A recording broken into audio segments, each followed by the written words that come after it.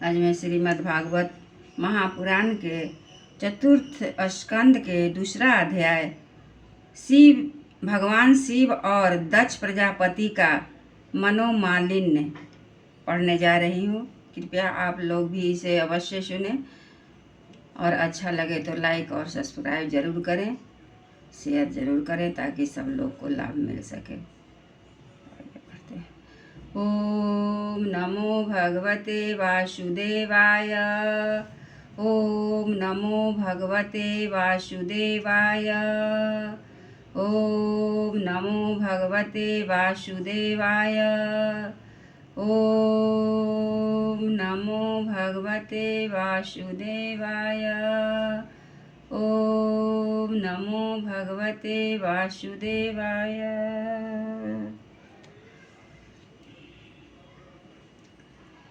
विदुर जी ने पूछा, ब्राह्मण, प्रजापति दक्ष तो अपने लड़कियों से बहुत ही स्नेह रखते थे, फिर उन्होंने अपनी कन्या सती का अनादर करके शीलवानों में सबसे श्रेष्ठ श्री महादेव जी से द्वेष क्यों किया?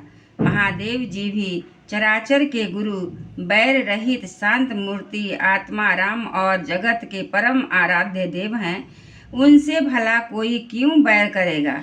भगवान, उन ससुर और दामाद में इतना विद्वेष कैसे हो गया? इसके कारण सती ने अपने दुस्तज प्राणों तक की बलि दे दी। यह आप मुझसे कहिए। श्री मैत्रेय जी ने कहा, विदुर जी, पहले एक बार प्रजापतियों के यज्ञ में सब बड़े बड़े ऋषि, देवता, मुनि और अग्नि आदि अपने अपने अनुयायियों के साथ एकत्र हुए थे।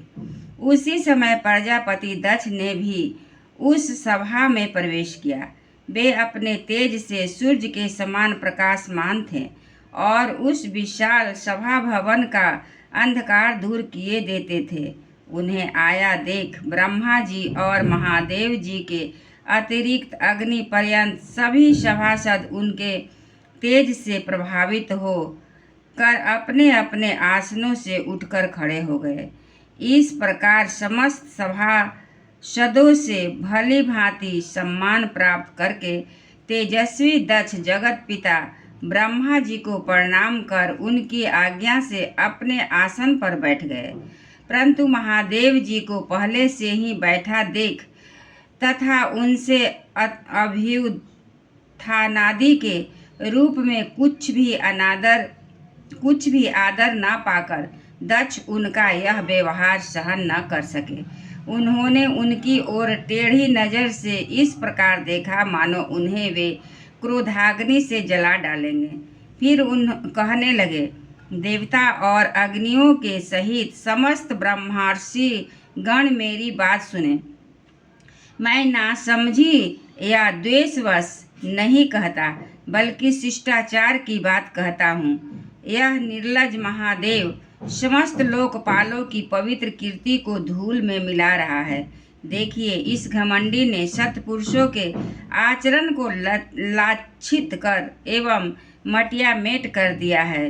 बंदर से नेत्र वाले इसने सत्पुरुषों के समान मेरी सावित्री सरीखी मृग नयनी पवित्र कन्या का अग्नि और ब्राह्मणों के सामने पाणी ग्रहण किया था, इसलिए यह एक प्रकार से मेरे पुत्र के समान हो गया है। उचित तो यह था कि यह उठकर मेरा स्वागत करता, मुझे प्रणाम करता, परंतु इसने वाणी से भी ऐसा सत्कार नहीं किया।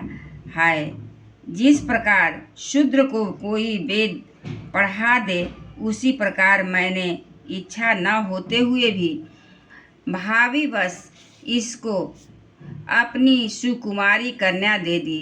इसने सत्कर्म का लोप कर दिया। यह सदा अपवित्र रहता है, बड़ा घमंडी है और धर्म की मर्यादा को छोड़ रहा है।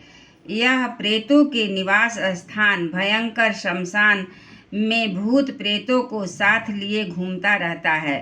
पूरे पागल की तरह सिर के बाल बिखरे नंग धरंग भटकता है, कभी हंसता है, कभी रोता है। यह सारे शरीर पर चिता की अपवित्र भस्म लपेटे रहता है। गले में भूतों के से पहनने जोग नर मुंडों की माला और सारे शरीर में हड्डियों के गहने पहने रहता है।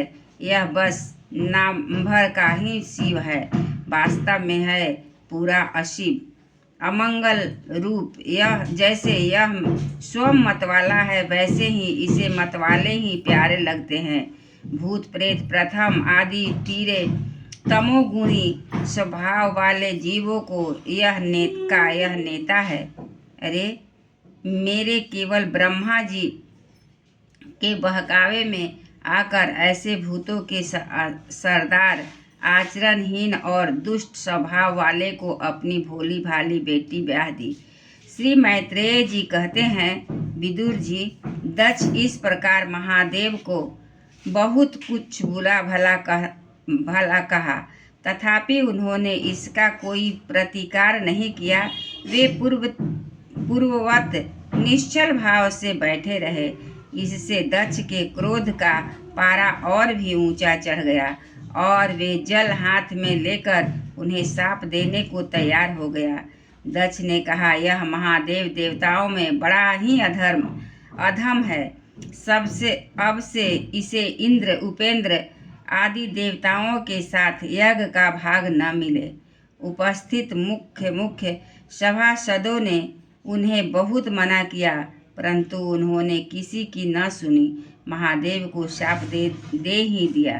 फिर वे अत्यंत क्रोधित हो उस सभा से निकलकर अपने घर चले गए। जब श्री शंकर जी के अनुयायियों में अग्रगण्य नंदीश्वर को मालूम हुआ कि दक्ष ने शाप दिया है, तो वे क्रोध से तमतमा उठे और उन्होंने दक्ष तथा उन ब्राह्मणों को जिन्होंने दक्ष के दुर्वचनों का अनुमोदन किया था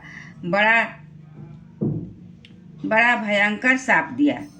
वे बोले, जो इस मरण धर्मा शरीर में ही अभिमान करके किसी से भी द्रोह न करने वाले भगवान शंकर से द्वेष करता है, वह भेद बुद्धि वाला मूर्ख दक्ष तत्व ज्ञान से विमुख ही रहे।